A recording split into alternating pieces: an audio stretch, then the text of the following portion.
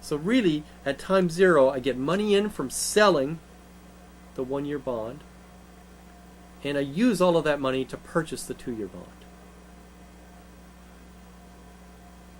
At the end of the first year, the 1-year bond is due, and I owe exactly $1 million. Now it just so happens that at the end of the first year I have $1 million coming in, because that is how I set up the problem. So I use the $1 million to pay off my obligation in terms of the short selling.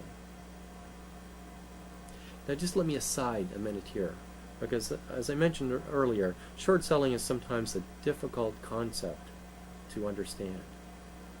But short selling a bond is a particularly easy concept to understand. Because think about what's happening here. The price of the bond is $89.285.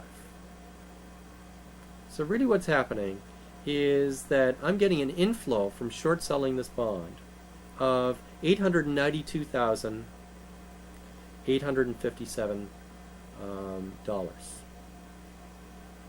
And at the end of the year, I have to pay $1 million. What does that sound like? I get cash in today, and then I pay off 1 year from now $1 million. Sounds like a loan to me. And what's the interest rate on the loan? The interest rate is 12%. So shorting a bond is very similar to just going out and borrowing.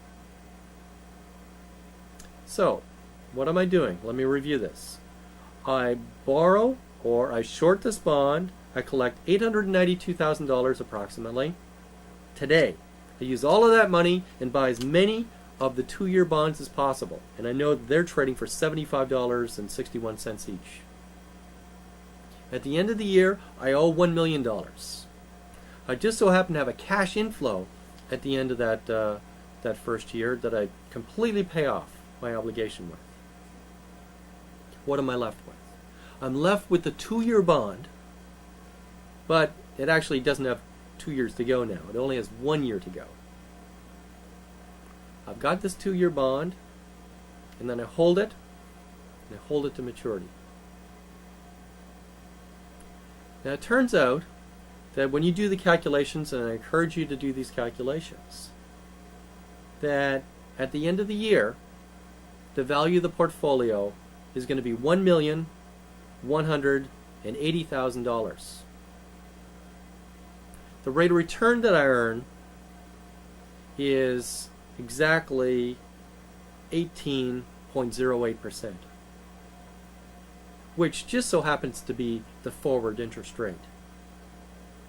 So what this example does is shows you that the forward interest rate is actually an attainable investment return. That we can actually go in and do the transactions that I suggested to lock in the forward interest rate.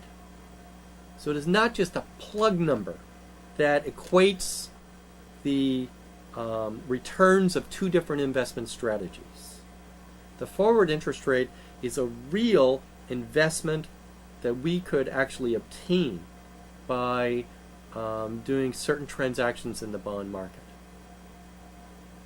So it's simple to calculate the formulas for the forward interest rate, but I think it's more important to understand how to actually obtain the forward rate of return. And in the bond market, and particularly the government bond market, this is a fairly straightforward thing to do.